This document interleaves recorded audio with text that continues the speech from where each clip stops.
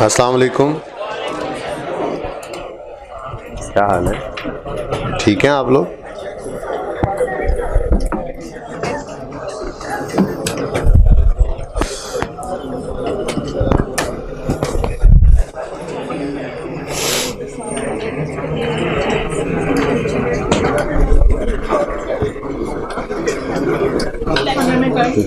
मुझे जरूरत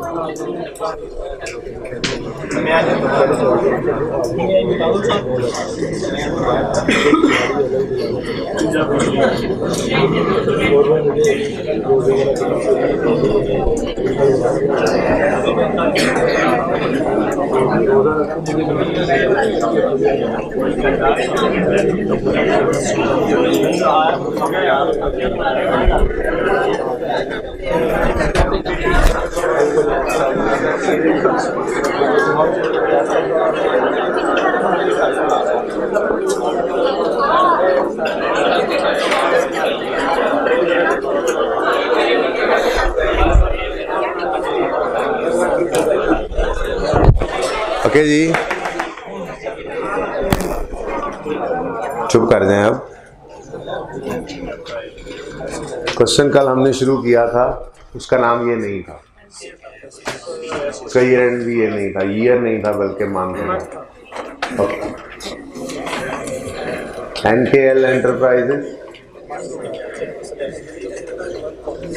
manufacturing account for the month ended 31 August 2008। Okay, बातें मान क्विकली जितना क्वेश्चन कल किया था वो कंप्लीट करता हूँ आपके साथ, फिर मुकम्मल सवाल करूँगा, रिक्वायरमेंट हम नहीं पढ़ेंगे, ठीक है?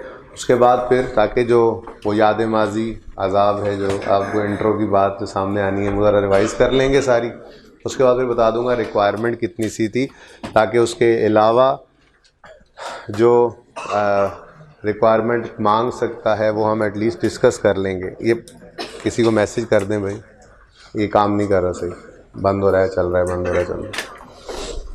ओके, तो फैक्ट्री अब आपके जहनों में रहेगी अगले काफ़ी दिन तक, वो जहनों में रहा करेगी। मैं कहूँगा वो जो हमने फैक्ट्री लगाई थी, वो जो हमने फैक्ट्री लगाई थी, तो वो जो हमने कल फैक्ट्री लगाई थी उसमें आपको बताया था कि जब भी कॉस्ट सामने आया आपके, तो सबसे पहले आपने, जल्दी बैठ जाया करो यार, ये क्या मसला है, इधर क्यों नहीं हो जाते हो आप लोग, है क्या मसला, क्या है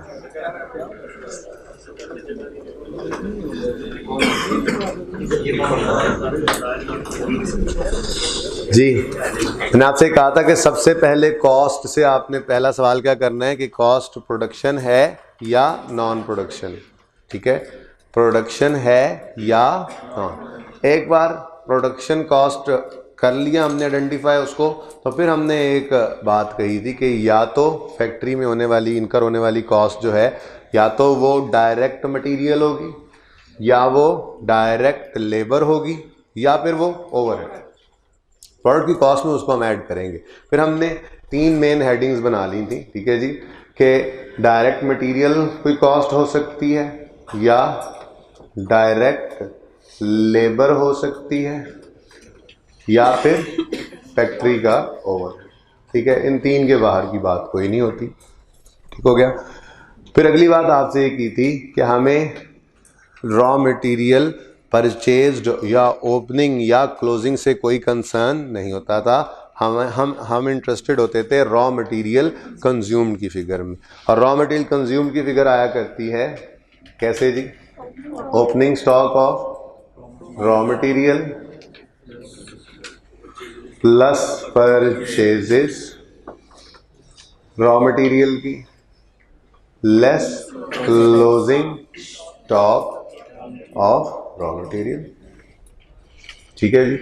तो इतना फॉर्मेट आपने मैन्युफैक्चरिंग अकाउंट का सवाल आते ही बना लिया करना है, ठीक है? अगेन हम एक तरतीब से चलते हैं ताकि सवाल पढ़ते पढ़ते ही हम डाटा को लिखते चले जाएं, ज़्यादा टाइम ना लगे, ठीक है?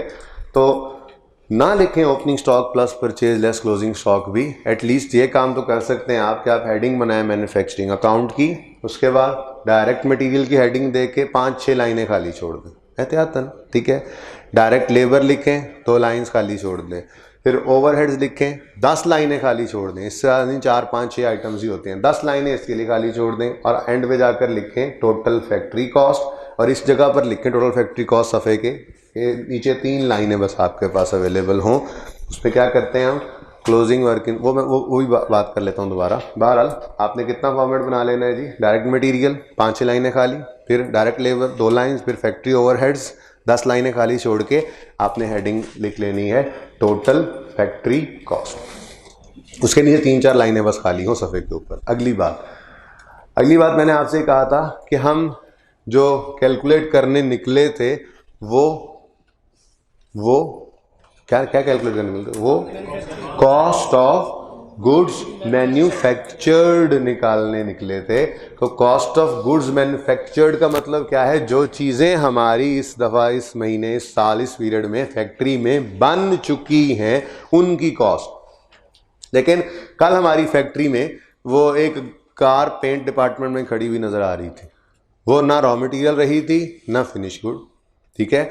लेकिन अगर वो फैक्ट्री में कुछ बन चुकी है तो कुछ ना कुछ रॉ मटेरियल उस पर लग चुका होगा, यानी रॉ मटेरियल कंज्यूम्ड की फिगर में उस कार के ऊपर भी कुछ रॉ मटेरियल लगा हुआ पड़ा होगा, कुछ लेबर उस पर भी इनकर हो चुकी होगी, कुछ ओवरहेड्स उस पर भी इनकर हो चुके होंगे। तो इसका मतलब टोटल फैक्ट्री कॉस्ट में इंक्लूडेड होती है cost incurred on work in process, included होती है ना।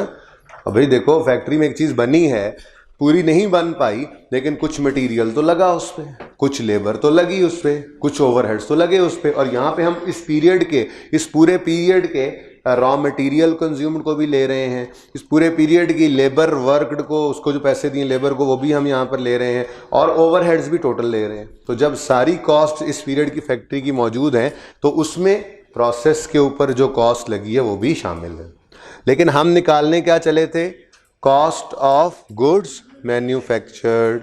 कहाँ गया वो C2 वाला बच्चा जो कह रहा था मैंने क्लास पढ़नी है, आया? आ गया? तुम बगैर पूछे क्यों आए हो? मैंने कहा था बाहर खड़े होना।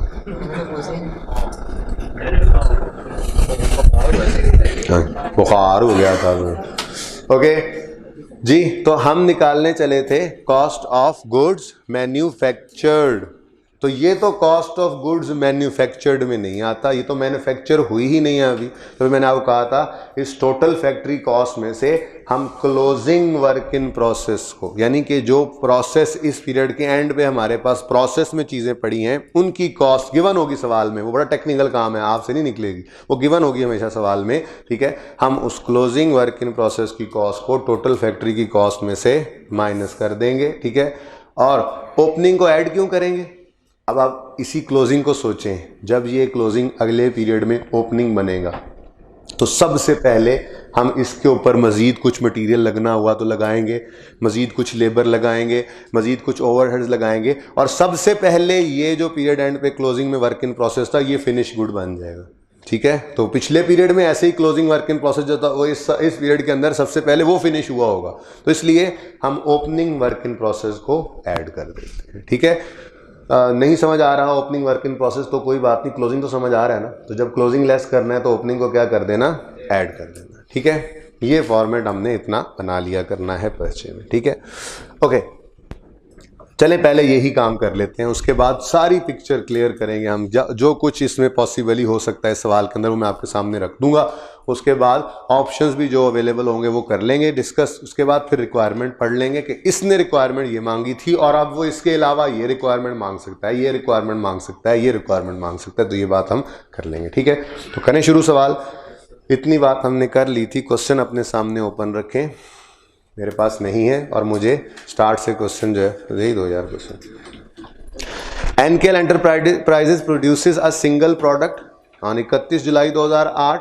द फिनिश्ड गुड्स,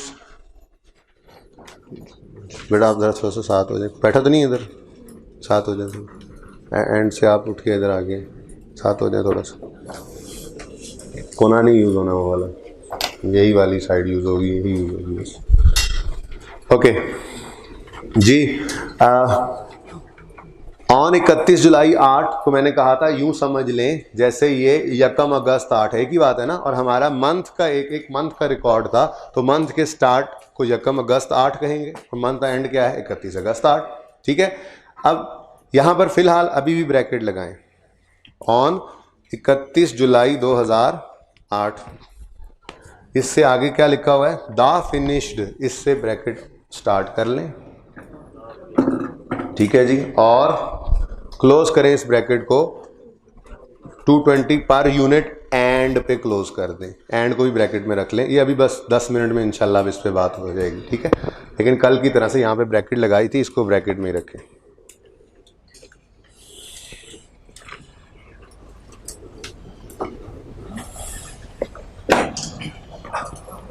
छुट्टी कर लें आज?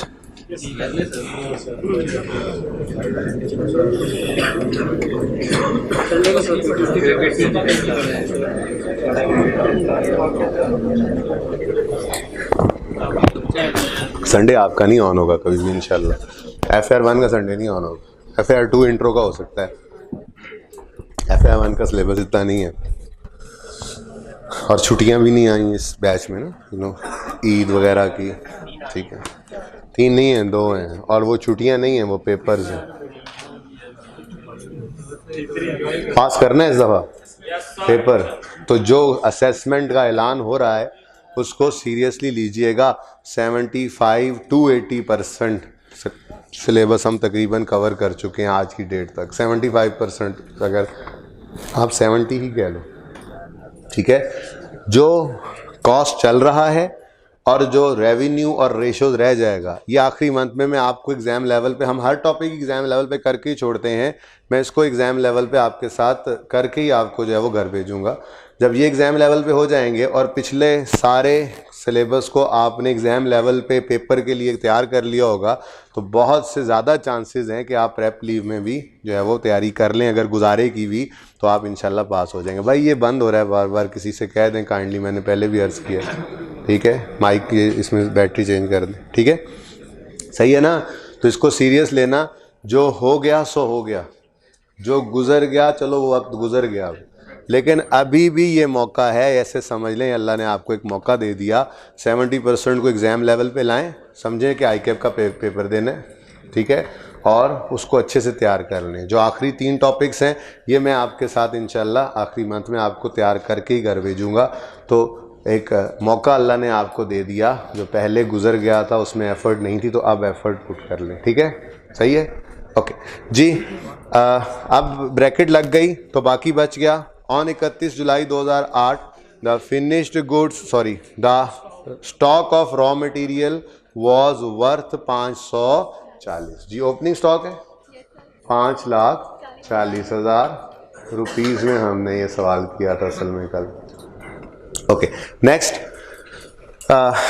For the month of August the books of account show the following. 1 महीने का डाटा है। सबसे पहले क्या गिवन है, रॉ मटेरियल परचेजेस कितनी है जी, 845,000। और मैंने कल आपसे थोड़ी सी बात इस पर की थी कि ये जो परचेज की फिगर है ये बिल्कुल वैसे ही है जैसे मैंने आपको कल बताया था। कॉस्ट ऑफ परचेजेस निकालनी पड़ सकती है। सवाल में वो कह दे ट्रेड डिस्काउंट है माइनस करना, सवाल में वो कह दे नॉन रिफंडेबल टैक्सेस हैं ऐड करना, सवाल में वो कह दे रेट है, ट्रांसपोर्ट कॉस्ट है, तो उसको इसमें ऐड करना पड़ सकता है। ठीक है, ध्यान रखना है, फिलहाल तो नहीं है। ओके, नेक्स्ट क्या है जी, direct labour. Direct labour direct ही आ जाएगी यहाँ पे जी, 735,000। ओके, उसके बाद क्या है, सेलिंग कॉस्ट। ये हमारे बिजनेस का खर्चा तो है, लेकिन जीपी के बाद की कहानी है, और हम अभी तक चलें वो बात भी साथ ही कर लें, थोड़ी सी बात पूरी कर लेंगे ताकि NKL एंटरप्राइजेस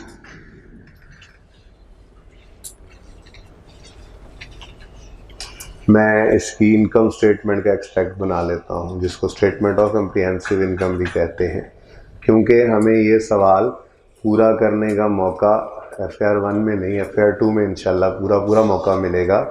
तो इस पोर्शन के ऊपर शायद इतनी स्ट्रेस फिर ना दें उस्ताद आगे जाकर, क्योंकि ये FR1 का सिलेबस था। तो एक्सट्रैक्ट्स इसीलिए बना रहा हूँ ताकि पिक्चर आपके सामने क्लियर रहे। For the month ended 31 August 2008, ठीक है। इसमें sales less cost of sales, cost of sales में ओपनिंग स्टॉक होता है फिनिश्ड गुड्स का, और चूंकि ये मैन्युफैक्चरिंग कंसर्न है तो मैंने कहा था यहाँ पर हम ऐड किया करते हैं कॉस्ट ऑफ गुड्स मैन्युफैक्चर्ड, और लेस किया करते हैं हम closing stock of finished goods. तो इनका रिजल्टेंट जो है वो कॉस्ट ऑफ सेल्स कहलाता है, ठीक है जी। और हम जब सेल्स में से कॉस्ट ऑफ सेल्स निकाल देते हैं तो ग्रॉस प्रॉफिट पर पहुंच जाते हैं। इससे नीचे बाकी लेस सेलिंग एडमिन एक्सपेंसेस हुआ करते हैं। तो सवाल में हमें सेल्स तो नहीं गिवन थी, लेकिन पूरी पिक्चर सामने रखूंगा और फिर आपको बता दूंगा कौन कौन सी रिक्वायरमेंट्स ये कर सकता है हमसे इस कॉन्टेक्स्ट में रहते हुए, ठीक है। सिर्फ मैन्युफैक्चरिंग अकाउंट तो शायद ना डायरेक्ट बनवाए, तो एक आधी बात आगे पीछे की लिख दे, आप मुंह उठा के बैठे हो पता नहीं हमने शायद ये पढ़ा नहीं है, ठीक है। तो sales less cost of sales, और उसमें हम ये कॉस्ट ऑफ गुड्स मैन्युफैक्चर्ड निकालने चले थे, तो मैंने कहा था ये वर्किंग वन कर लें। बहरहाल इस सारे का टोटल जो होता है ओपनिंग स्टॉक प्लस परचेज या मैन्युफैक्चर्ड गुड्स की कॉस्ट लेस क्लोजिंग स्टॉक, ये हमारे पास क्या हुआ करता है कॉस्ट ऑफ सेल्स का टोटल। तो सेल्स में से कॉस्ट ऑफ सेल्स माइनस होकर ग्रॉस प्रॉफिट पे हम पहुंचा करते हैं। रिक्वायरमेंट अभी नहीं पढ़नी, तो रिक्वायरमेंट तो थोड़ी सी बात है, मैं सारी बातें ऑप्शंस भी आपके साथ डिस्कस करके एंड पे फिर आपको रिक्वायरमेंट पढ़ा के उसको सिर्फ टिक कर लेंगे, बाकी को क्रॉस कर लेंगे, ठीक है। तो हम जो कॉस्ट ऑफ गुड्स मैन्युफैक्चर्ड निकालने चले हैं, तो हम फिलहाल इस फिगर को कैलकुलेट करना चाह रहे हैं। तो सेलिंग एडमिन एक्सपेंस बिल्कुल हमारे बिजनेस का खर्चा है, पर वो जीपी के बाद वाले एक्सपेंसेस हैं, अभी हम उसमें कंसर्न्ड नहीं हैं। तो इग्नोर करने का मतलब ये कतन नहीं है कि आप कहो कि ये हमारे बिजनेस का खर्चा ही नहीं है, ठीक है। तो सेलिंग कॉस्ट क्रॉस कर दें। Then depreciation on plant and machinery, जी डेप्रीसिएशन एक एक्सपेंस है। अगर ये हेड ऑफिस की बिल्डिंग का हो डेप्रिसिएशन एक्सपेंस तो एडमिन, अगर ये सेल के शोरूम की डेप्रिसिएशन हो तो सेलिंग, और अगर ये बिल्डिंग ऑफ फैक्ट्री हो उसकी डेप्रिसिएशन, या प्लांट इन फैक्ट्री हो उसकी डेप्रिसिएशन, तो ये क्या है मैन्युफैक्चरिंग कॉस्ट है, ठीक है। ये मैन्युफैक्चरिंग कॉस्ट है, प्रोडक्शन कॉस्ट है। तो ये डेप्रिसिएशन ऑन प्लांट है, कितना है जी, इसको हम ओवरहेड्स में रखें क्योंकि खर्चा तो प्रोडक्शन है तो प्रोडक्शन कॉस्ट, लेकिन ना इसे डायरेक्ट मटेरियल कह सकते हैं ना डायरेक्ट लेबर। तो भाई हर कॉस्ट से आपने आते साथ पहला सवाल क्या करना है मैन्युफैक्चरिंग अकाउंट बनाते हुए, प्रोडक्शन कॉस्ट हो या नॉन प्रोडक्शन। अगर उसका जवाब आए नॉन प्रोडक्शन तो देखो दरवाज़ा वो है, निकल जाओ, बाद में आना जब प्रॉफिट एंड लॉस बना रहे हो, ठीक है। और अगर उसका जवाब आए प्रोडक्शन तो फिर उसको कुर्सी पे बिठाओ, चाय शाय मंगवाओ और अगले सवाल फिर पूछो क्या आप डायरेक्ट मटेरियल हैं, नहीं, तो फिर आप डायरेक्ट लेबर हैं, नहीं, तो प्रोडक्शन तो है ना, जाने नहीं देना यहाँ से बाहर आपको, फिर आप ओवरहेड्स में आ जाए, ठीक है। इसीलिए डायरेक्ट मटेरियल के अलावा वाले सारे मटेरियल ओवरहेड, डायरेक्ट लेबर के अलावा वाली सारी लेबर्स को अगर फैक्ट्री की चार दीवारी के अंदर का खर्चा है, ठीक है, सही है ना, ओके। तो डेप्रिसिएशन ऑन प्लांट 80,000 आ गया, ठीक हो गया। आगे बढ़ते हैं जी, डिस्ट्रीब्यूशन कॉस्ट सेलिंग कॉस्ट का दूसरा नाम है, अगेन जीपी के बाद की कहानी है, फिलहाल इसको कहेंगे तुम नॉन प्रोडक्शन हो दरवाजे से बाहर चले जाओ, ठीक है, ये इग्नोर करेंगे। Next factory managers salary, factory का मैनेजर है, फैक्ट्री याद आ रही है ना, वो बड़े सार वाला बैठा हुआ था जो, ठीक है, तो फैक्ट्री का मैनेजर है, तो कॉस्ट तो प्रोडक्शन है, कॉस्ट प्रोडक्शन है। अब अगला सवाल पूछा क्या आप डायरेक्ट मटेरियल हैं, उसने कहा खुदा खौफ करो लेबर, हाँ फिर डायरेक्ट लेबर है, नहीं हम डायरेक्टली एट्रीब्यूट नहीं कर सकते इन फुल, लेकिन है तो फैक्ट्री की कॉस्ट, तो उसे कहाँ फेंक देंगे, तो managers, factory managers salary, factorisation managers salary जी 47,600। नेक्स्ट, ये दोबारा इसलिए करवा रहा हूँ, एक तो थोड़ी सी स्पीड में बात हुई थी, दूसरा हम इसको मतलब जहाँ तक एंड तक पहुँचाना है वहाँ तक भी पहुँचा लेंगे, थोड़ा मैप भी बन जाएगा। ओके, नेक्स्ट क्या है जी? Indirect labour. इनडायरेक्ट है लेबर जी 148,000। Next, indirect material consumed given है, इंपॉर्टेंट बात। मैंने ये क्या क्या क्या क्या कहा था आपको? रॉ मटेरियल कंज्यूम्ड की फिगर में इंटरेस्टेड है, तो इनडायरेक्ट मटेरियल भी कंज्यूम्ड की फिगर में ही इंटरेस्टेड है। अगर खुदा ना खास्ता सवाल के अंदर इनडायरेक्ट मटेरियल का भी ओपनिंग क्लोजिंग स्टॉक दिया होता और परचेज अलग गिवन होती, तो हम ओपनिंग स्टॉक उस ब्रैकेट में ही कर लेते। अब जगह नहीं है, ब्रैकेट में कर लेते, हम लिखते ओपनिंग प्लस परचेज इनडायरेक्ट की less closing raw material consumed आ जाता, ये इनडायरेक्ट मटेरियल कंज्यूम्ड आ जाता।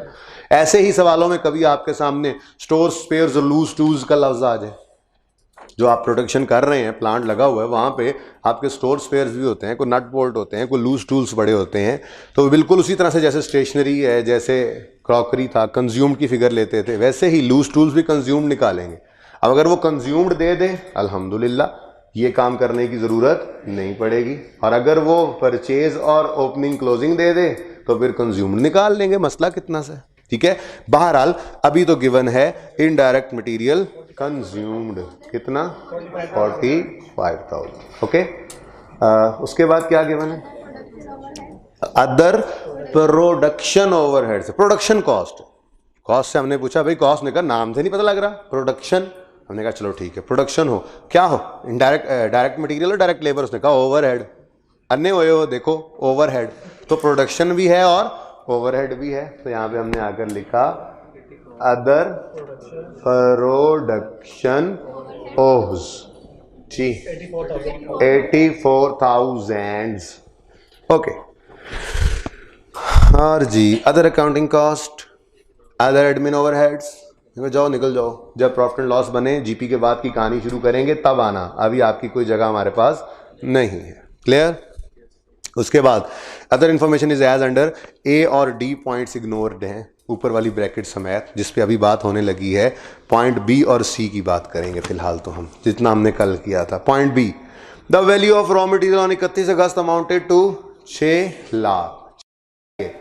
क्लोजिंग स्टॉक की कॉस्ट गिवन है 6 लाख। जी बताएं, रॉ मटेरियल कंज्यूम कितना आ गया? 785,000। अच्छा, अब देखो रॉ मटेरियल टोटल कितना खर्च हो गया? 785,000, इसको ए कह लिया था। टोटल लेबर कितनी खर्च हो गई? बी कह लिया। ये सारा सवाल तो कर चुके हैं। ये फैक्ट्री के टोटल खर्चे हैं, बता दो टोटल क्या है? 404,600। ये ए बी और सी टोटल करो 192 जी। ये है टोटल फैक्ट्री कॉस्ट, ये है टोटल फैक्ट्री कॉस्ट 1924600। और इसमें शामिल है, पहले ही बता दिया था, वर्क इन प्रोसेस भी अगर को पड़ा हो तो उसकी कॉस्ट भी इसमें शामिल है ना। प्रोसेस में जो है एक चीज़ तो अभी उस पर मटेरियल लेबर इसी पीरियड में लगी हुई, तो इन्हीं कॉस्ट में ये भी शामिल है। लेकिन हम कह रहे हैं हमें मैन्युफैक्चर्ड गुड्स की कॉस्ट चाहिए। मैन्युफैक्चर्ड गुड्स, तो ये वर्क इन प्रोसेस मैन्युफैक्चर तो अभी नहीं हुआ, तो फिर इसकी कॉस्ट अगर गिवन होगी तो उसको क्या कर देंगे? माइनस कर देंगे। ठीक है, तो पॉइंट नंबर 3 पढ़े, there was no work in process at the start of month. अब देखो फॉर्मेट बना होता है तो हमें जरूरत ही क्यों नहीं होती इंतजार करने की जी। And however on 31 August value of work in process is approximately 250, minus कर दो इसको। ठीक है जी, और बैलेंस क्या आ गया? 1674600 0900786 हाँ 16। हाँ बस ठीक हो गया, ये तो तुम लोग सारे ही है ना। पूरे इश्तेहार ही हो, कार्टून हो। 1674600 is the cost of goods manufactured. ये फिगर निकल आई 1674600 से काम है।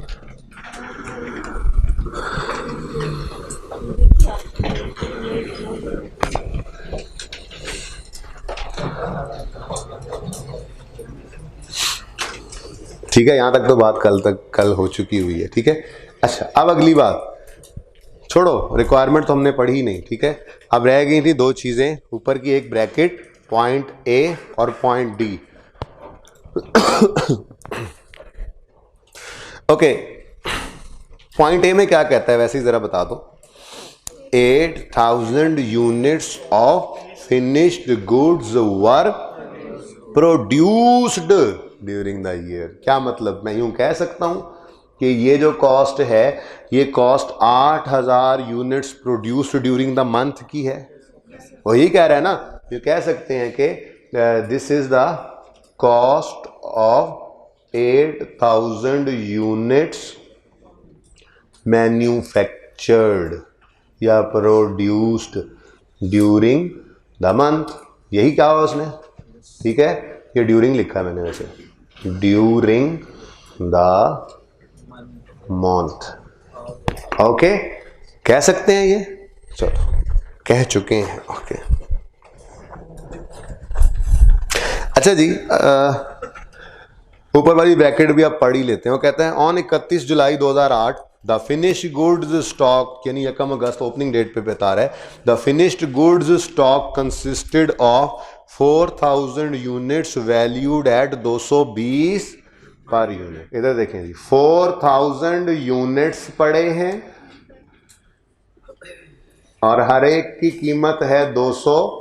कॉस्ट है ये, कॉस्ट, स्टॉक तो हमेशा कॉस्ट पे होता है। तो टोटल क्या आ गया, 880,000। अब सवाल के अंदर एक पॉइंट छोड़ा हुआ है जिसके अंदर आपको क्लोजिंग स्टॉक मिल जाएगा इंशाल्लाह। यहां पे हम लिखेंगे closing stock of finished goods और हमारी कॉस्ट ऑफ सेल निकल आएगी। तो चलो जाकर पढ़ते हैं। अब एक पॉइंट छोड़ा हुआ था, कहता है पॉइंट डी में, पॉइंट डी रहेगा ना, पॉइंट डी में कहता है 5000 units of finished goods were available in stock. ओ 5000 यूनिट्स गिवन हैं, but per unit cost given. अब ये फिगर मिसिंग है, हमें कॉस्ट ऑफ क्लोजिंग स्टॉक चाहिए। हमें, मैं कॉस्ट ही कह रहा हूं फिलहाल, हमें कॉस्ट ऑफ क्लोजिंग स्टॉक चाहिए। तो इसके लिए कह रहा था, याद माजी अजाब है यार, अब है जी आपको इंट्रो वाली बात, लेकिन वो मैं रिवाइज करवाने लगा हूँ। ठीक है, ये नहीं कह रहा कि इंट्रो में आपने ऐसे देखा था तो ऐसे कर लें, मैं वो पूरी बात दोबारा आपके सामने करने लगा हूँ। ठीक है, मुझे चाहिए cost of closing stock finished goods का। ठीक है, मेरे पास यूनिट्स गिवन है, कितने, वो कह रहा है जी 5000 यूनिट्स आपके पास पड़े हैं। अगर मुझे पर यूनिट कॉस्ट मिल जाए तो मेरे पास कॉस्ट आ जाए और मैं जाके वहां पे लिखूं कॉस्ट ऑफ सेल निकल आए। ठीक है, अब ये काम करने के लिए मुझे क्या करना पड़ेगा, मैं एक, हमें ना स्टैंडर्ड ऑप्शन दिया करता था। ठीक है, अगर आपको इतना कोई याद हो कि आप स्टॉक को FIFO पे रख लो, या तो मैं पहले FIFO से ये काम करता हूँ, फिर मैं EVCO से ये काम कर दूंगा आपको, उसके बाद फिर हम देख लेंगे सवाल की रिक्वायरमेंट क्या थी। ठीक है, तो फिर जो रिक्वायरमेंट होगी उसको रहने देंगे, बाकी काट देंगे। ठीक है, FIFO first in first out का मतलब ये है, ओपनिंग डेट पर हमारे पास ओपनिंग स्टॉक, ओपनिंग स्टॉक कितने यूनिट्स पड़े थे हमारे पास, 4000 यूनिट्स पड़े थे। ठीक है जी, यूनिट्स की अगर बात करें तो 4000 यूनिट्स थे हमारे पास। फिर हमने कुछ यूनिट्स प्रोड्यूस किए इस पीरियड में, वो कितने? प्रोड्यूस्ड ड्यूरिंग द पीरियड या मैन्युफैक्चर्ड, जो भी लिखना चाहो, मैन्युफैक्चर्ड, ये मैन्युफैक्चर्ड लिखा हुआ, ओके, और गांधी रह गया, मैन्युफैक्चर्ड जी 8,000। तो हमारे पास टोटल कितने अवेलेबल हैं यूनिट्स फॉर सेल? 12 में से 5 बिके हैं, रह गए हैं। तो कितने बिक गए हैं? 7। कितने बिक गए हैं? अब पर यूनिट कॉस्ट और टोटल कॉस्ट अगर मैं निकालना चाहूं तो ओपनिंग स्टॉक की तो पर यूनिट कॉस्ट गिवन थी, कितनी है? 220। अभी आपने निकाला, टोटल कितना आया? 880,000। ठीक है, लेकिन ये कॉस्ट गिवन नहीं है, पर 16474 समथिंग, वो कितने यूनिट्स की कॉस्ट है? टोटल 8,000 यूनिट्स की कॉस्ट है। तो 1674, बस ठीक है, हो गया, बस आगे नहीं बढ़ना, ठीक है, जितनी बात की जाए। ये कॉस्ट है 8,000 यूनिट्स की। अब मैं यहाँ पे डबल लाइन लगा रहा हूँ कि ये ना समझना कि ये वही ओपनिंग स्टॉक प्लस परचेज या प्रोडक्शन लेस क्लोजिंग स्टॉक है, इसका कोई ताल्लुक नहीं है। ये तो एक छोटी सी वर्किंग ऊपर परफॉर्म की है आपको बिल्कुल इंट्रो वाली बात रिवाइज करवाने के लिए। फर्स्ट इन फर्स्ट आउट, क्या है जी option? First in first out 5-4। तो फर्स्ट इन फर्स्ट आउट क्या कहता है कि अगर 7,000 बिके हैं, आपने ही बताया मुझे कि जी अवेलेबल थे 12, 5 अभी पड़े हैं, तो 7 बिक गए। अगर 7 बिके हैं तो फर्स्ट इन फर्स्ट आउट क्या कहता है? ये 4 तो सबसे पहले बिके होंगे, ये ओपनिंग वाले तो गए, तो ये 5 कौन से वाले पड़े होंगे? ये 8,000 वालों में से होंगे। ये 8,000 में से ही 5 बचे पड़े हैं ना। फर्स्ट इन जो हुए थे ओपनिंग में पहले ही फिनिश थे, वो तो फर्स्ट आउट हो गए, तो ये 5 इसी 8 में से होंगे। ठीक है, सही है, ओके। नाउ 1674600, ऑनलाइन वालों को नजर ही नहीं आता, ओके। अब फर्स्ट इन फर्स्ट आउट है, तो क्या मेरे लिए ये वाली पर यूनिट कॉस्ट रेलेवेंट है? मेरे लिए तो ये रेलेवेंट ही नहीं है। ठीक है, मुझे तो चाहिए ये वाली कॉस्ट। ये कॉस्ट कैसे निकल आएगी?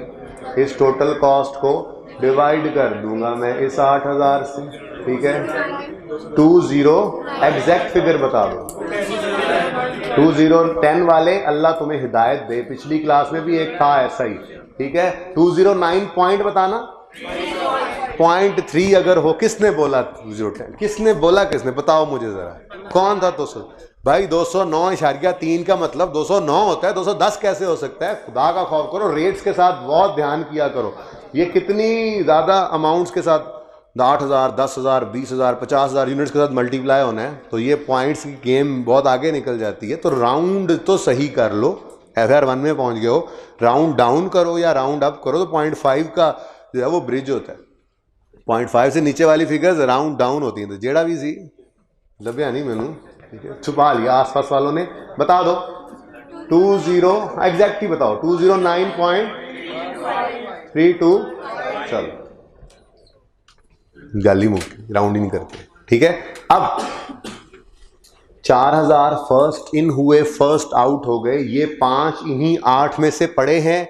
तो फिर ये 8 के ऊपर अगर पर यूनिट कॉस्ट ये है, तो इन 5 की भी पर यूनिट कॉस्ट यही बनेगी। कितना? 46625। ठीक है जी, this is cost of closing stock. This is cost of closing stock. ऐसी एक बात थोड़ी सी और भी कर लूं, अगर आपको याद हो तो IS2 कहा करता था inventories are valued at lower of, ये लोअर है, lower of cost and cost और NR।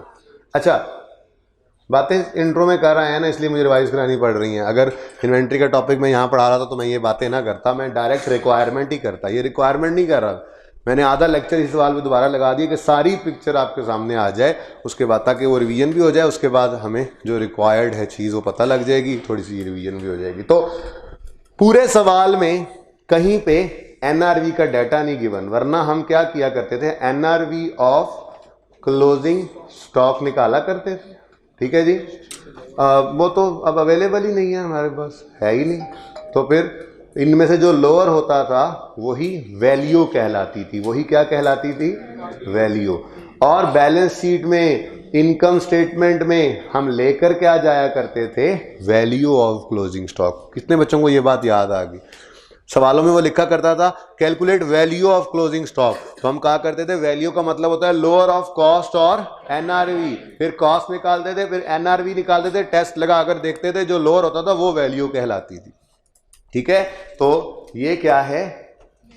Value of closing stock. ये वाला काम आपने वही सुपीरियर वाले, सुपीरियर एंटरप्राइज और इस तरह के सवाल जो इकट्ठे 2 सवाल थे, पता नहीं आप वो बुक में क्वेश्चन का नंबर क्या ये नहीं याद, क्योंकि FR1 तो मैं तो 3 पढ़ा रहा हूँ ना, तो इंट्रो एंड लास्ट में 1 ही पढ़ाया था, तो मुझे थोड़ा थोड़ा याद है इसलिए। ठीक है, लेकिन ये याद है सवाल वो इकट्ठे मौजूद थे। एक सुपीरियर एंटरप्राइज था, 3-4 प्रोडक्ट्स वो खरीद के बेचते थे, तो ये वाला काम वहाँ पे भी किया था हमने FIFO और एवको से। और फिर उस जैसा ही सवाल था 14 होना, कोई नहीं 14 वैसे, ये ऐसे कह दिया इसने। अच्छा सुने, अब सुने ये,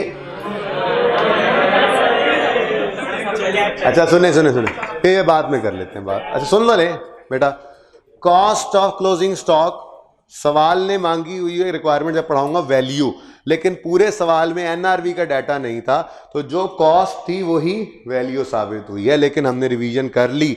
अभी जो आपको सवाल मिलेगा, जो मैं आपको देकर भेजूंगा सिर्फ डिस्कस करके घर, वो सवाल जब आप घर करेंगे तो उसमें क्लोजिंग स्टॉक की कॉस्ट अलग होगी, एनआरवी टेस्ट लगाकर एनआरवी अलग निकलेगी और वैल्यू होगी। तो वैल्यू ऑफ क्लोजिंग स्टॉक, ये वैल्यू जाया करती थी फाइनेंशियल स्टेटमेंट्स में। ठीक है जी, फाइनेंशियल स्टेटमेंट्स का मतलब इनकम स्टेटमेंट में कॉस्ट ऑफ सेल में से माइनस हुआ करती थी ये फिगर, और बैलेंस शीट में क्लोजिंग स्टॉक में नजर आया करती थी ये फिगर वैल्यू। क्यों कॉस्ट नहीं लेकर, वो अलग बात है, कॉस्ट ही वैल्यू साबित होगी, पर मैंने टेस्ट लगाया है फिर भी कि इन दोनों में से वैल्यू क्या होगी?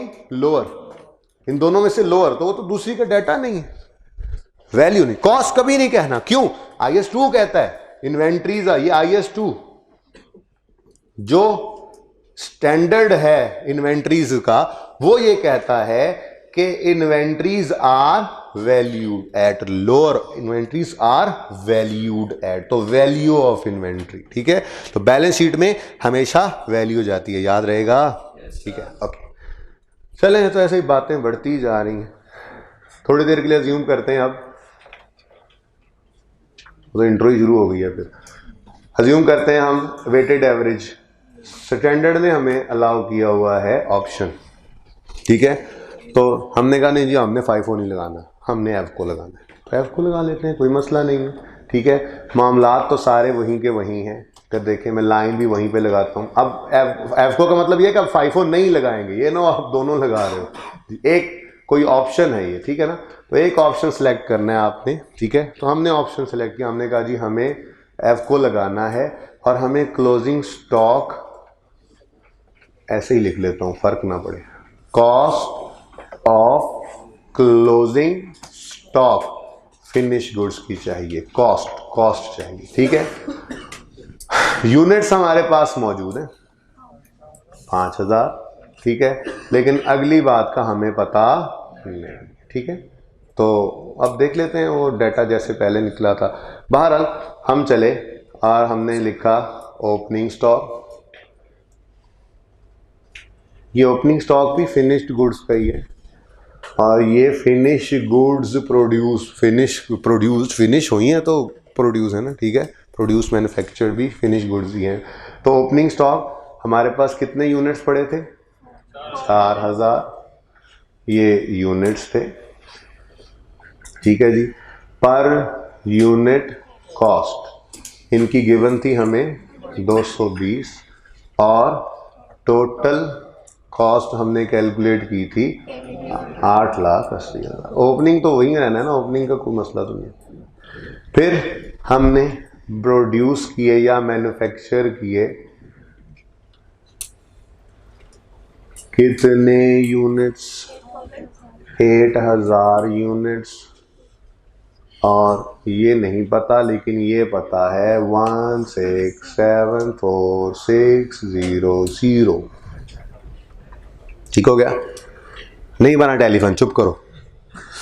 अच्छा, अब ये देखो, वेटेड एवरेज का मतलब क्या है कि ये 5,000 ना इनमें से हैं ना इनमें से हैं, बल्कि दोनों में से ही हैं। तो इसका मतलब ना मुझे इस अकेले का रेट चाहिए, ना ही मुझे यहाँ पे अकेले का रेट चाहिए। तो मैंने जान के यहाँ पर फिगर लिखी नहीं, लिख भी सकता था। अब हम क्या करेंगे, हम यूनिट्स का करेंगे टोटल, कॉस्ट का करेंगे टोटल। यूनिट्स टोटल कितने आए, 12,000 यूनिट्स हैं हमने total available for sale. Total cost 2554600। अब हम इस टोटल कॉस्ट को टोटल यूनिट्स से डिवाइड कर देंगे। क्या है कॉस्ट, ये पर 212 आगे खत्म हुआ है, चलो 88, ठीक है, बस ठीक है, बहुत है। अब देखो, वेटेड एवरेज, वेट भी साथ लिया, सिर्फ रेट का एवरेज नहीं कर लेते होते। वेटेड एवरेज का मतलब ही यही होता है कि क्वांटिटीज और कॉस्ट दोनों लो। तो हम जब एवको पे गए तो ये 5,000 ना इनमें से है ना इनमें से है, ये 5,000 तो दोनों में से है, तो हमें दोनों का रेट चाहिए। तो इंडिविजुअल 220 भी अब हमें ज़रूरत नहीं है, यहाँ पे भी कुछ कैलकुलेट करने की ज़रूरत नहीं है। टोटल यूनिट्स, टोटल कॉस्ट, और ये हमारे पास आ गया 212.8। ठीक है, 8 तो टोटल 1064400। अब वो तो नहीं हो रहा ना, या ये कर रहे होते हैं या वो, ठीक है, तो वो तो नहीं हो रहा जी। कॉस्ट आ गई हमारे पास, ये क्या है, कॉस्ट, ये क्या है, कॉस्ट। लेकिन हमें क्या चाहिए होती है बैलेंस शीट, इनकम स्टेटमेंट ले जाने के लिए, वैल्यू। तो वैल्यू क्या होती है, कॉस्ट या एनआरवी में से लो। तो जब डाटा होगा तो हम NRV of closing stock check करेंगे, हम एनआरवी टेस्ट लगाएंगे, बट वो नॉट एप्लीकेबल है ही नहीं, डाटा ही नहीं, ठीक है। तो इसका मतलब फिर लोअर कॉस्ट ही साबित हो गई, तो यही हमारी वैल्यू बन गई, ठीक है। तो ये टेस्ट सॉल्यूशन में ना भी लगाओ तो काम हो जाता, डायरेक्ट ही लिख देते वैल्यू ऑफ क्लोजिंग स्टॉक, लेकिन पूरी पिक्चर सामने नहीं आती, ठीक है। तो value of closing stock of finish goods है, इन दोनों में से लोअर होता है, तो वो हमारे पास 1064400 आ गया, ठीक है जी, सही है। यहाँ तक कोई मसला? चलें, अब नोट तो ये सारा करेंगे, लेकिन ज़रा रिक्वायरमेंट पढ़ के देख लेते हैं, ठीक है। बल्कि ये भी कर लो, इधर देखो, क्लोजिंग स्टॉक फिनिश गुड्स का आ गया, ठीक है। चलो देख लें कौन से वाला रिक्वायर्ड है। वो कहता है compute the value of closing stock. निकाली तो हमने वैल्यू ही हुई है, वैल्यू ही हुई है जो फाइनेंशियल स्टेटमेंट्स में जाती है। Compute the value of closing stock of finished goods as on 31 August are based on. अब ये रिक्वायर्ड था, ये आपको एडिशनल करवा दिया। कभी सवाल में वो FIFO भी कह दे, ऐसा ही सवाल हो तो FIFO भी कह दे, ठीक है। तो दिस वॉज रिक्वायर्ड, ठीक है जी। और ये रिक्वायर्ड नहीं था, इसलिए मैं फिलहाल इसको ऐसे काट रहा हूं कि इस सवाल में ये रिक्वायर्ड नहीं था। आप भी नोट करके इस तरह से काट दीजिएगा, ये रिक्वायर्ड नहीं है, ये रिक्वायर्ड है। अब अगली बात, ये भी एडिशनल है, रिक्वायर्ड नहीं है सवाल में, एडिशनल है। तो बता दो, अगर हम एवको पे चल रहे हैं तो क्लोजिंग स्टॉक कितना आ गया, वैल्यू 106464400 माइनस करो 1490200। अच्छा बेटा, अब इधर देखें, एक लेवल था रिक्वायरमेंट मांगने का जो आपके सामने आपको नजर आ रहा है, उसने closing stock of finish goods की वैल्यू मांग ली, ठीक है। एक इससे अगली स्टेज क्या हो सकती है, वो आपको कहे मुझे कॉस्ट ऑफ सेल्स निकाल के दे दो। अब सब कुछ अवेलेबल है, ओपनिंग स्टॉक आपको सवाल में गिवन था, कॉस्ट ऑफ गुड्स मैन्युफैक्चर्ड आपने यहां से निकाली, क्लोजिंग स्टॉक भी आपने वहां से कैलकुलेट कर लिया, और आपने ये रिक्वायरमेंट नहीं लिखी, तो मुफ्त के नंबर लूज कर गए ना। रिक्वायरमेंट को एड्रेस करना है तो वो कह दे सवाल में मुझे कॉस्ट ऑफ सेल्स या कॉस्ट ऑफ गुड्स सोल्ड बता दो, तो वो क्या है, opening finish goods plus manufactured goods की cost less closing finish goods is equal to cost of sale. एक रिक्वायरमेंट ये हो सकती है, ठीक है। इससे भी आगे बढ़ जाए, सवाल में सेल्स का डाटा दे दे, सेल्स लिख दे और कहे मुझे ग्रॉस प्रॉफिट निकाल दो, तो यहां पे सेल्स लिख लोगे, यहां पे ग्रॉस प्रॉफिट निकल आएगा, ठीक है ना। तो तैयारी हमने बहरहाल इसकी हर तरह से कर ली। दो ही ऑप्शंस होते हैं, मैन्युफैक्चरिंग अकाउंट तो इतना सही था, यहां पे खत्म हो गया, ठीक है। तो ये अगली बातें ये हैं जो सवाल रिक्वायर कर लिया करता है, सवाल ने यहां पर रिक्वायरमेंट की हुई थी, ये अगर 5 तो इस तरह से कर लेना। सवाल अगर cost of goods sold statement मांगे तो इतने तक कर देना, और जीपी मांग ले तो जीपी बना देना, ठीक है। नोट कर लो इसको। ये किसका सवाल था भाई? भाई ये नोट करना है इन्होंने, यहां से लेकर ये लाल दायरे तक फ्रेम लगा होना चाहिए, ठीक है। क्वेश्चन है? हाँ, ये हैंडआउट्स बांट दो। ये यहां से शुरू करना है, ये भी फ्रेम में आए और उधर से ये फ्रेम में आ जाए, ठीक है। आ जाएगा?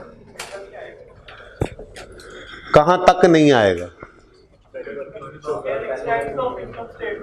तो इसके अलावा पहले थोड़ी देर वहीं पे रख के रखो, सब नोट करने के बाद फिर 2-3 मिनट बाद पहले भाई यहां से लगा दो, यहां से फ्रेम लगा हुआ यहां तक, ठीक है। उसके बाद 2-3 मिनट के बाद ये एक्सट्रैक्ट्स भी लगा देना।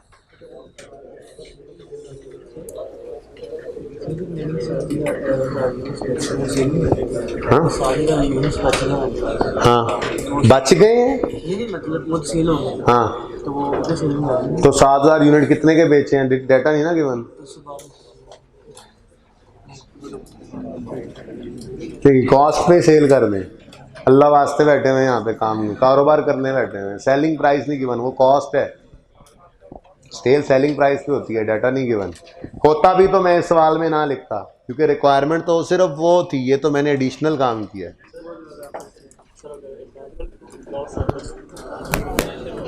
खलो जा सारी इंट्रो ना रिवाइज कर हूं मेरे। ये फिलहाल रिक्वायर्ड नहीं था, ये ब्लू रिक्वायर्ड नहीं है, ठीक है। रेड रिक्वायरमेंट थी। और इधर देखें, आप जब ये रिक्वायरमेंट कर रहे होंगे एड्रेस, तो देखें इधर सवाल शुरू ही यहां से करेंगे आप।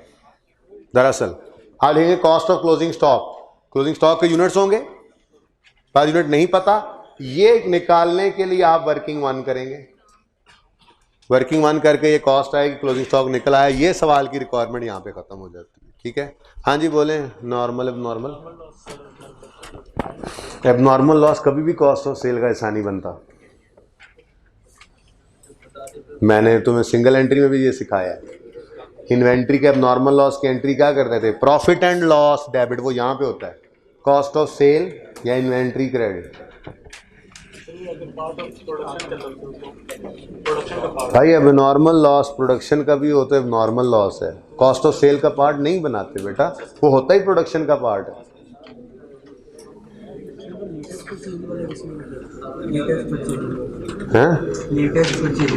क्या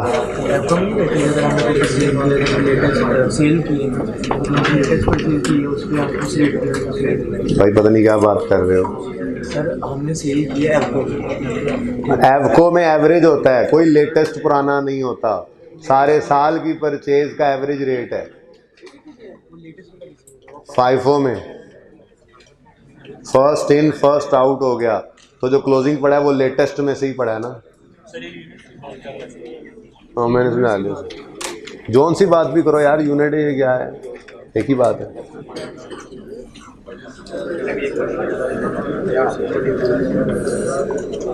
इंट्रो रिवाइज करने लग जाते हो तुझे, सारी इंट्रो नहीं पढ़ाई जा रही।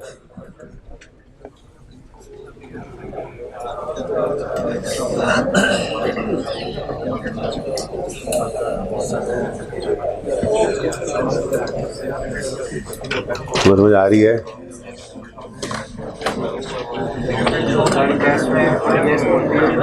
हाँ, ये मेरा दिल है नहीं होगा। इसको अगले टेस्ट, बड़े टेस्ट में डालेंगे इसको। मैन्युफैक्चरिंग अकाउंट वो आपके बड़े वाले टेस्ट में है, जो आपको पास फेल डिटरमिन करने जा रहा है आपकी मेहनत की बेस पर। हाँ जी, बता दूंगा, देख तो लूँ पहले खुद। ऐसे थोड़ा ही है ये कर लो वो कर लो, बैठ के देखूंगा किसी वक्त तो ही बताऊंगा। सारे टिल 31 दिसंबर जो कुछ पढ़ा है वो सब आएगा। ये चल रहा है, इसके बाद एक रेवेन्यू का, एक रेशोज का, और एक आध दिन छोटे मोटे थेरेटिकल टॉपिक्स के लिए। तो कोई नहीं है, हाँ सिलेबस खत्म है, इसलिए कह रहा हूँ ये 75% सिलेबस है। अब लेक्चर्स की बात करें तो लेक्चर्स कोई मिला जुला के 14, 15, 16 चाहिए होंगे नॉर्मल चीज़ों के लिए। हाँ, इसके अलावा कॉस्ट जब ख़त्म हो तो पता नहीं, जब ख़त्म होगा तो 3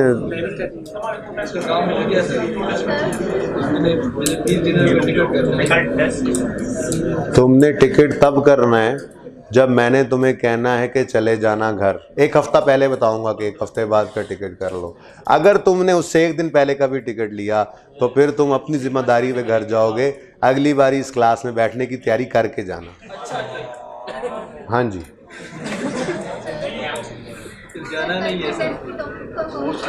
जी कल के टेस्ट में IS 40 और IS 20 में से कोई एक सवाल या दोनों में से ही सवाल हो सकते हैं। इसको नहीं टेस्ट करूँगा, ये आपके 10 तारीख 11 तारीख वाले टेस्ट के अंदर आएगा। हैवी किस्म का सवाल, तैयार हो गया आना। बस इसी में से नहीं आएगा बेटा।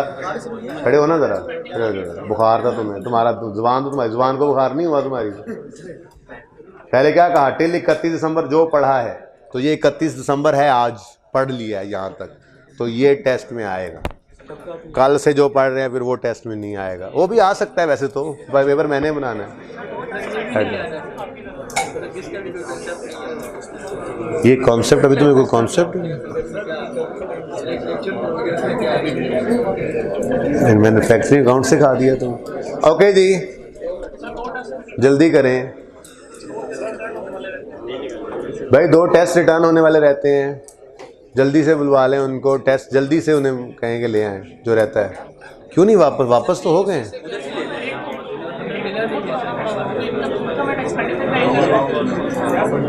उन्हें कहें यार जो टेस्ट भी पेंडिंग है C1 के ले आएँ। C2 वालों ने याद नहीं करवाया क्या?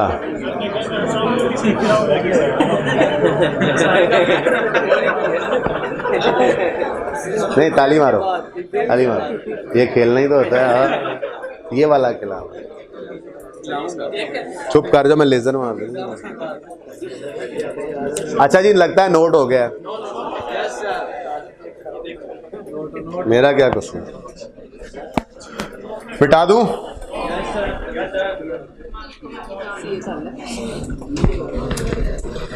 Assessment 2 will be conducted on Saturday 11 January. पानी कोई नहीं पड़ा। Schedule had been displayed on notice board. Note, classes will be off during assessment 2 days, 2 दिन। जी, ये बड़ी दिल पे पत्थर रख के कसम से ये छुट्टी दी है आप लोगों के वसी तार मवाद में, ठीक है जी। तो ये नहीं हो सकता, इससे ज़्यादा की गुंजाइश ही नहीं है बेटा।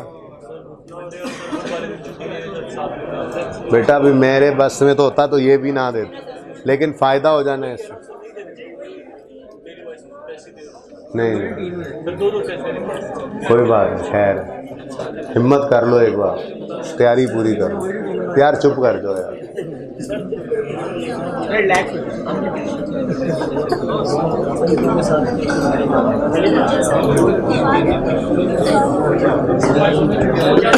भाई ये वाला अब नोट कर रहे होंगे बच्चे, यहाँ पे लगा दें।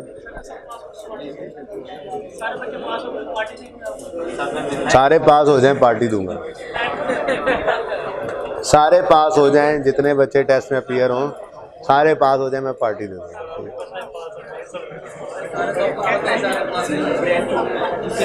आधे पास हो जाए तो बड़ी बात है। अच्छा जी प्लीज वो सवाल उठा के लाओ उधर से यार।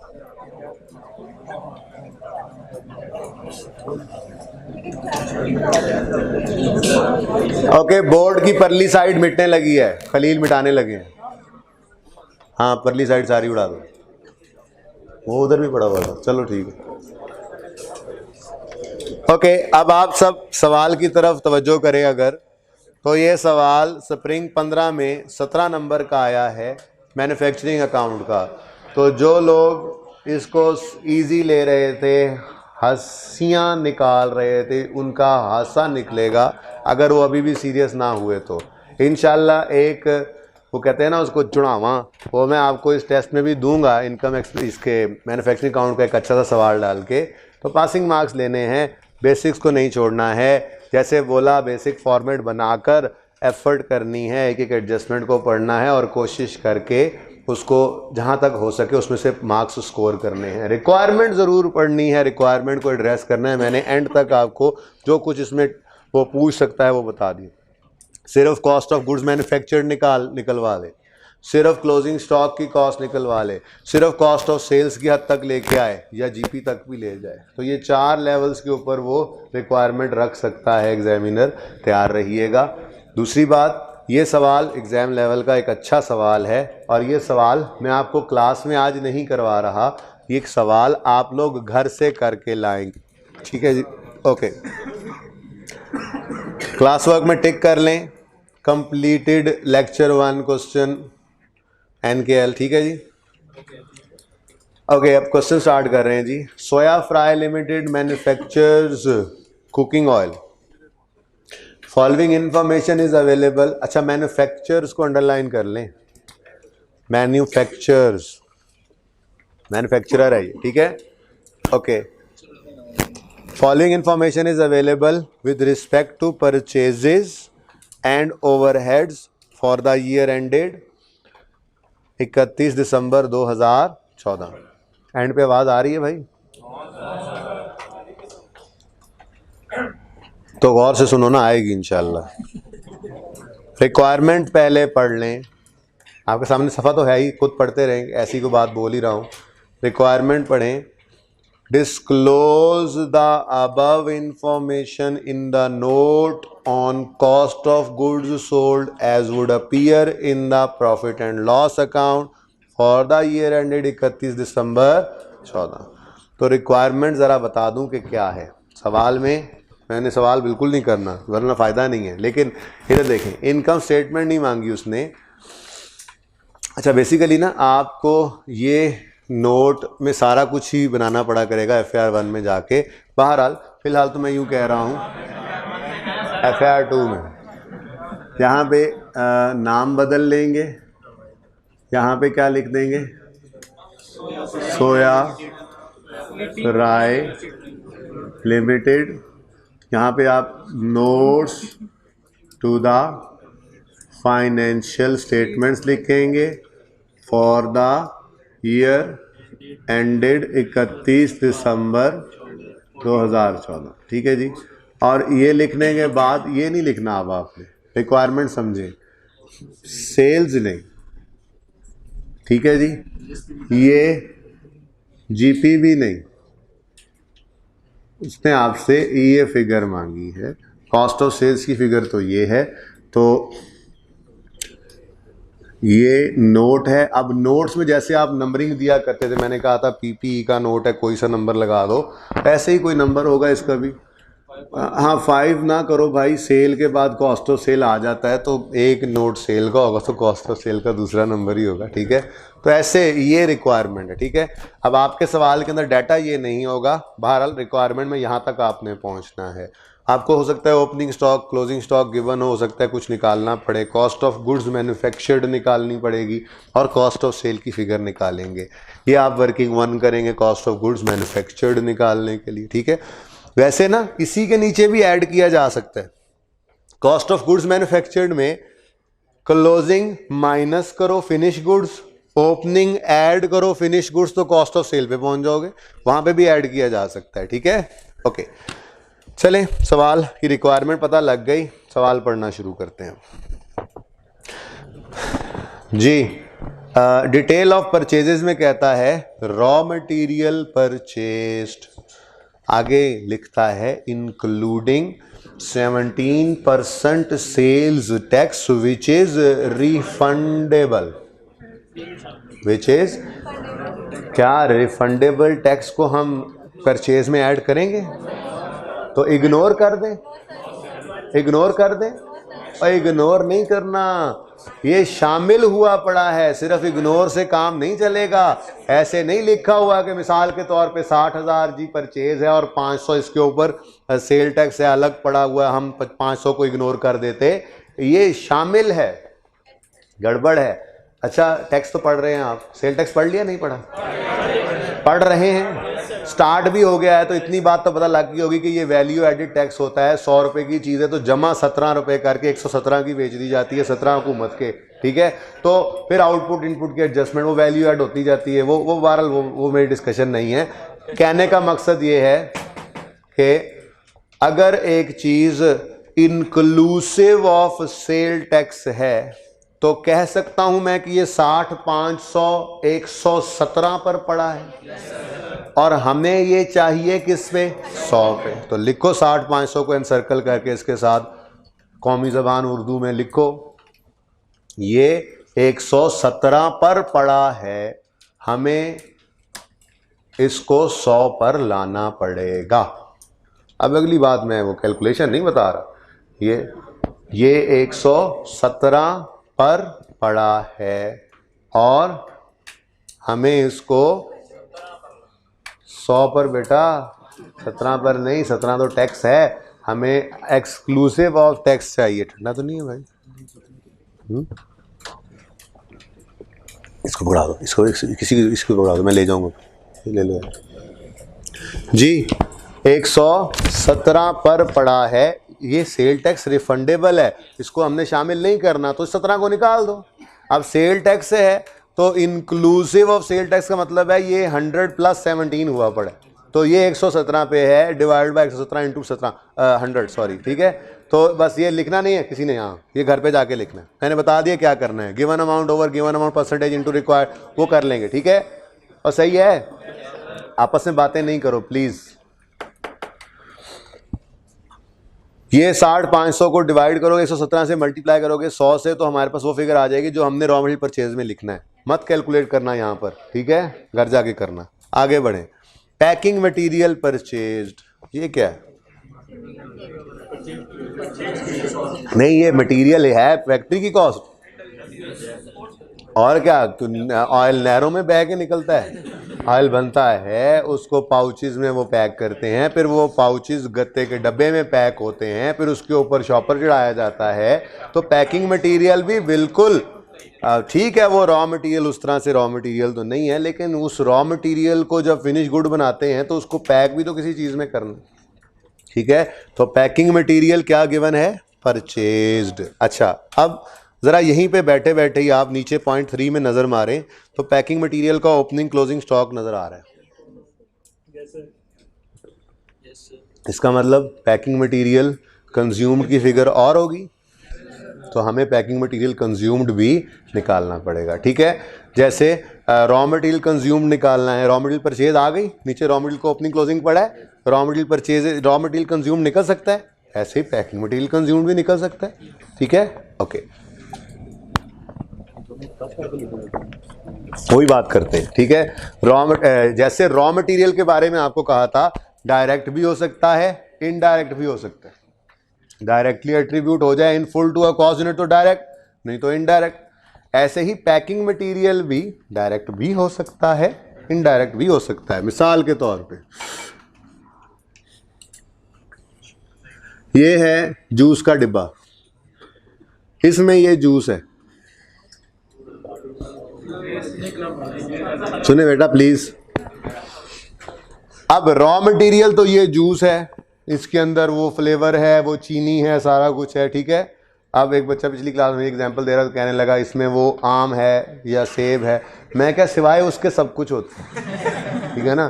तो आम नहीं है बस इसमें, बाकी सब कुछ है, ठीक है।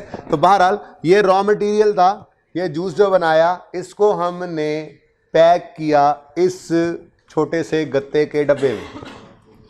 आप शायद क्लियरली, ये है तो पैकिंग मटेरियल, पर बड़े आराम से हम बता सकते हैं कि एक जूस के डब्बे के ऊपर कितना जूस का डब्बा लगा, नजर आ रहा है। डायरेक्ट मटेरियल, इसको कह सकते हैं डायरेक्ट पैकिंग मटेरियल, ठीक है। फिर इसके ऊपर यूं करके एक स्ट्रॉ लगा होता है, ठीक है, एक, ठीक है। फिर इसी तरह से ये एक डिब्बा नहीं होता, ये कई सारे डिब्बे होते हैं और उनको एक गत्ते के डिब्बे में बंद किया जाता है। अब शायद यहाँ पे ये क्या है, ये गत्ता लिख रहा हूँ, अच्छा, गत्ते का डिब्बा, और ये भी गत्ते का डिब्बा है।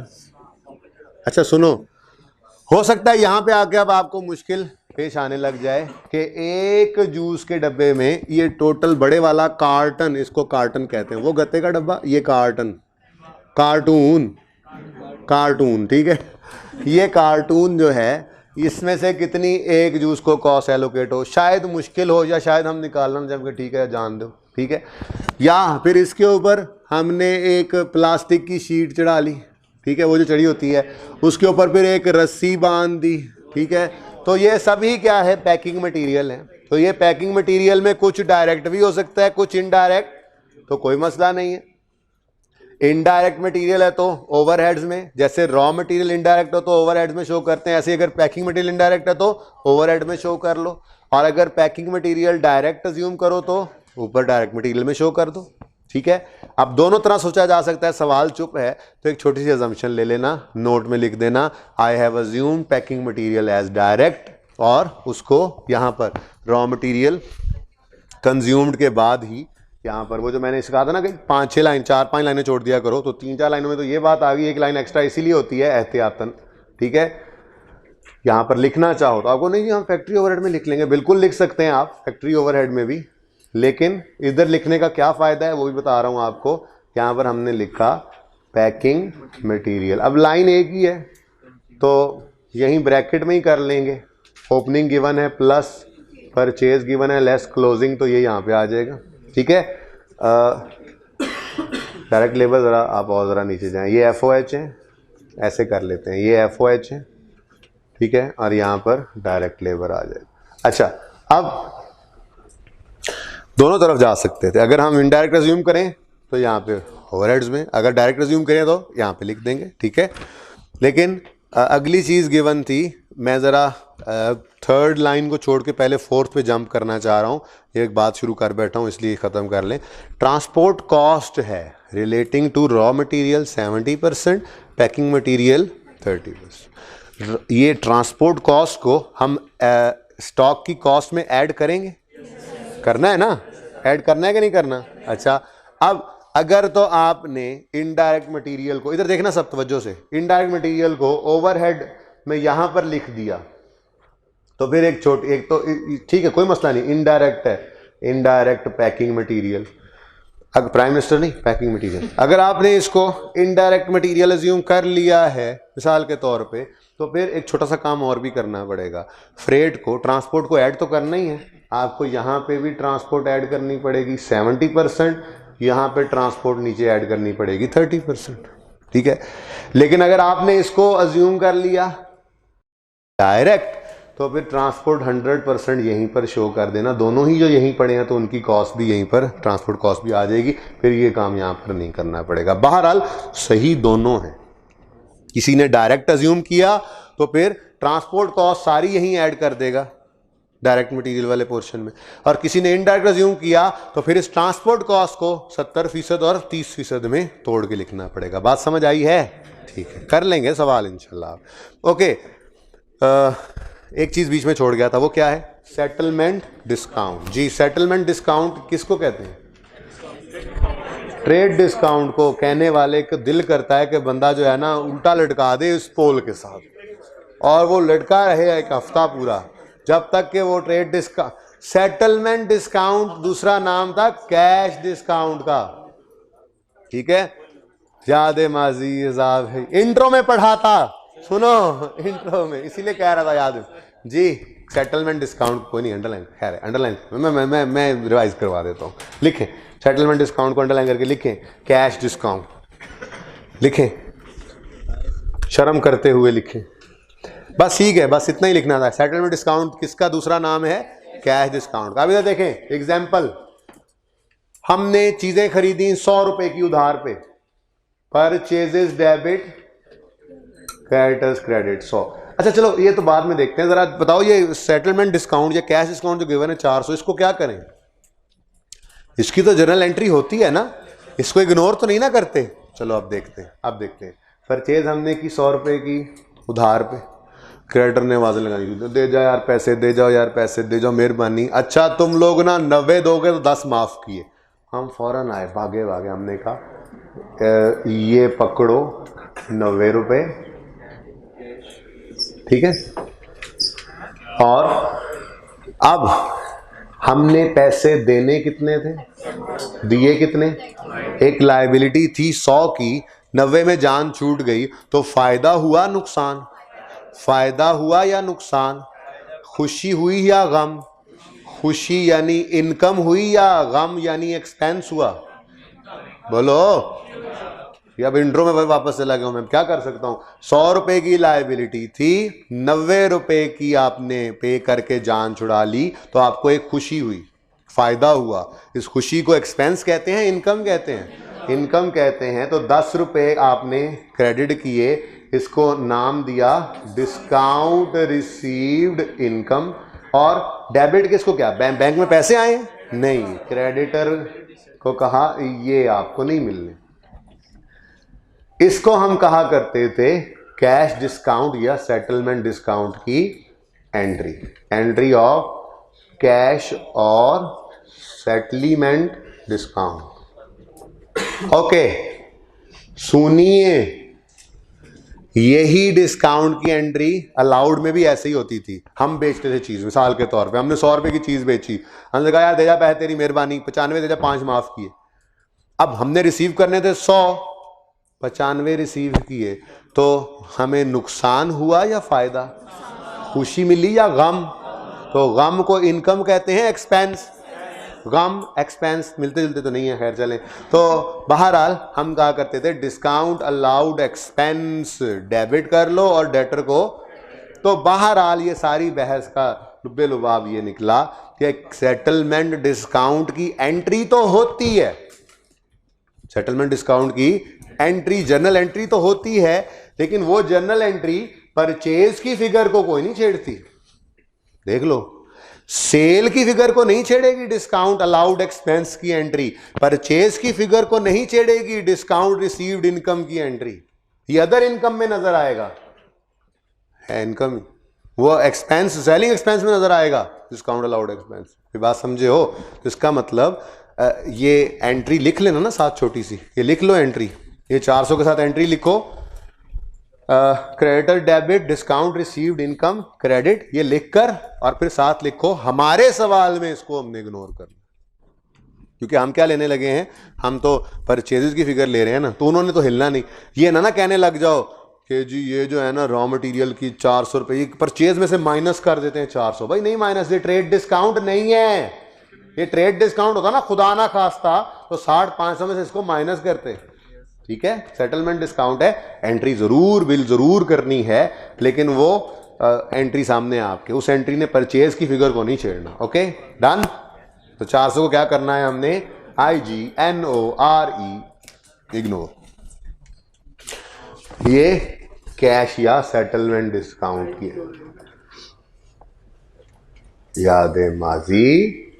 हाँ नहीं छीन ना ले, जो याद है वो भी जाता रहेगा, मुझे और मुसीबत पड़ जाएगी। छीन ना ले, गुजारा हो रहा है अभी। सेटलमेंट कैश या सेटलमेंट हुक्का ही भूल गए, फिर मैं की करांगा। चलो एटलीस्ट जो है वो थोड़ा सा बताता हूँ तो याद तो आ ही जाता है ना। ओके चलें जी आगे बढ़ते हैं। आगे कहता है डिटेल्स ऑफ ओवरहेड्स। बस 1 मिनट में जितनी बात हो गई सुनो, बाकी सारे आप खुद ही करोगे।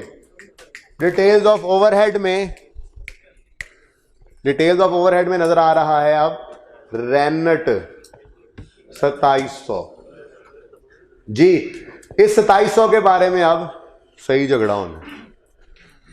2700 के बारे में क्या झगड़ा है? वो कहता है जरा मेहरबानी करके ना, ये हमने उससे पूछा 2700 से, भाई आप प्रोडक्शन या नॉन प्रोडक्शन? सवाल ने कहा जरा पॉइंट 1 पढ़ लो, तबीयत साफ हो जाएगी। हमने कहा ठीक है पढ़ लेते हैं, कोई मसला नहीं, हमें वैसे भी साफ तबीयत अच्छी लगती है। तो breakup of rent is as follows. 2700 में से 2000 फैक्ट्री का रेंट है, फैक्ट्री किराए पे ली हुई है, फैक्ट्री की बिल्डिंग किराए पे ली हुई है, हो सकता है, ठीक है। आगे बढ़ो। वेयर हाउस यानी के गोदाम, ठीक है, कितना है? 500 तो है वेयर हाउस, लेकिन वेयर हाउस की बात भी बाद में करते हैं। आगे बढ़ो। और उसके बाद 200 है शेल्फ स्पेसिंग। अब ये सब क्या है बताता हूं। टोटल तो 2700 हो गया ना। चलो अब 1 बाय 1 ताजा दम फौज मंगवाते हैं। अच्छा 2000 तो है फैक्ट्री का किराया। रेंट आप प्रोडक्शन हो या नॉन प्रोडक्शन? उसने कहा फैक्ट्री वाला तो प्रोडक्शन, ठीक है जी। हमने कहा ये तो प्रोडक्शन का एक्सपेंस है, प्रोडक्शन एक्सपेंस है, ठीक है, प्रोडक्शन से रिलेटेड है, ओके। तो अच्छा चलो प्रोडक्शन से है तो डायरेक्ट मटेरियल हो गया, हाँ डायरेक्ट लेबर हो गया, हाँ फिर है तो फैक्ट्री का ना। चलो मैन्युफैक्चरिंग अकाउंट में जाएगा इंशाल्लाह, ठीक है। और जहाँ जाएगा वो पता लग गया। आगे बढ़े, आए वेयर हाउस पे। वेयर हाउस ने कहा देखो एक बात अब याद रखना आइंदा से, अब बड़े हो जाओ, वेयर हाउस अगर तो वेयर हाउस है रॉ मटेरियल स्टोर करने के लिए, वेयर हाउस किसे कहते हैं? गोदाम, ठीक है। तो अगर तो गोदाम में रॉ मटेरियल स्टोर कर रखा है तो फिर उसका खर्चा प्रोडक्शन है। और अगर यहां पर फिनिश्ड गुड्स रखी हुई हैं तो उसका खर्चा सेलिंग या डिस्ट्रीब्यूशन, सेलिंग कॉस्ट होती है ये, ठीक है। बात समझ रहे हो? तो वेयर हाउस में अगर खामोश हो तो खुद से अज्यूम करने के लिए नोट लिख देना, खामोश ना हो तो आपको पता लग गया। रॉ मटेरियल का वेयर हाउस है तो फैक्ट्री की कॉस्ट है, प्रोडक्शन कॉस्ट। फिनिश गुड्स वो गाड़ियां बन के कहां खड़ी थी? सेल शोरूम में खड़ी थी, ठीक है। तो अगर फिनिश गुड्स का वेयर हाउस है तो उसे हम क्या कहेंगे? सेलिंग कॉस्ट, ठीक है। अब सवाल से पूछ लेते हैं वो क्या कह रहा है। वो कह रहा है वेयर हाउस जो 500 है ना, इसमें ओ हो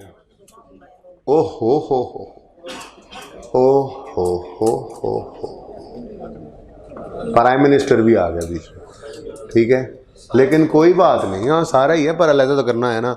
50% रॉ मटेरियल क्या कहता है जी, इसमें से 250 ये रॉ मटेरियल है, हमने कहा जी ये तो प्रोडक्शन का खर्चा है। इसमें से 10% मतलब 50 ये पैकिंग मटेरियल है तो ये भी प्रोडक्शन है।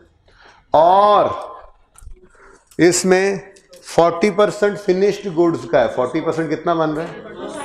200, ये 200 है सेलिंग, ठीक है, सही है। हम अपने सवाल के लिए इसको क्या कर देंगे? सेलिंग कॉस्ट है, हम मैन्युफैक्चरिंग अकाउंट बना रहे हैं, ठीक हो गया। आगे क्या है? Shelf spacing. शेल्फ स्पेसिंग क्या होती है भाई? आप बड़े बड़े स्टोर्स में जाते हैं, हाइपर स्टार, जलाल सन्स वगैरह, मेट्रो पे, वहाँ पे आपको शेल्फ लगे हुए नज़र आते हैं, उनके ऊपर उस प्रोडक्ट का नाम, ब्रांड्स लिखे होते हैं। जैसे आप एंटर हुए, सामने नज़र आया आपको कोलगेट का, ये जी कोलगेट का सारा शेल्फ है जी, ये सारा शेल्फ हेड एंड शोल्डर्स का है जी, ये सारा शेल्फ जो है वो सर्फ एक्सेल का है। अब वो ऐसे नहीं होता कि वहाँ पे आप जाएं तो आपको वो वैसे ही अलाउ कर देते हैं। आप जाएंगे अपनी प्रोडक्ट को लेकर तो मेट्रो वाले कहेंगे आपको ये शेल्फ चाहिए, ठीक है, इसका इतना रेंट आपसे लेंगे। आपने ये एंट्रेंस के सामने ही अगर शेल्फ रखना है तो, और अगर कम तक किराया तो फिर भी लगेगा, अगर कम चाहिए तो ठीक है, वो जो है वो एरियल वाले तो पहले ही जोर लगा रहे हैं, ठीक है, आप पीछे वाला कोई शेल्फ ले लें, ये हम उनको दे देंगे। बहरहाल उस पर किराया कम है, इसका ज़्यादा है। तो इन एनी केस एक मिसाल दिया आपको, शेल्फ स्पेसिंग का रेंट है तो ये चीज़ बेचने के लिए है या बनाने के लिए?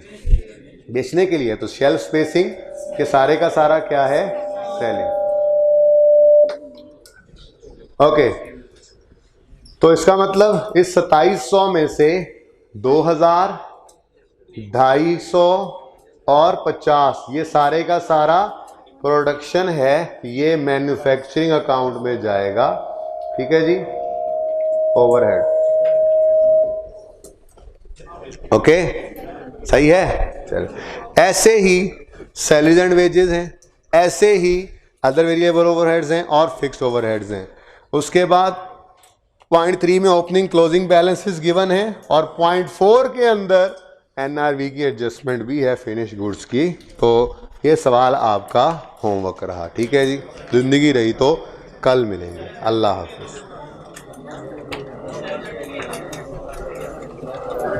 पेपर चेक वापस नहीं मिले इनको, बच्चे कह रहे हैं 2 टेस्ट सिर्फ लास्ट वीक का टेस्ट नहीं मिला, लास्ट वीक टेस्ट ही नहीं था, इससे पहले वाला कह रहे हैं नहीं मिला, कैश फ्लो वाला ढूंढ लें जरा।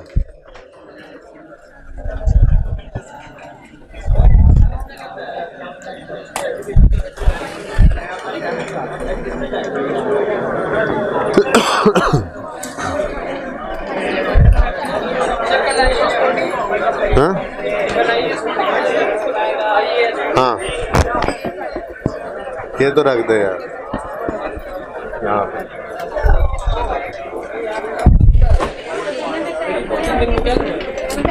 वो 3 दिन में जो आया बच्चा उससे पूछ लो।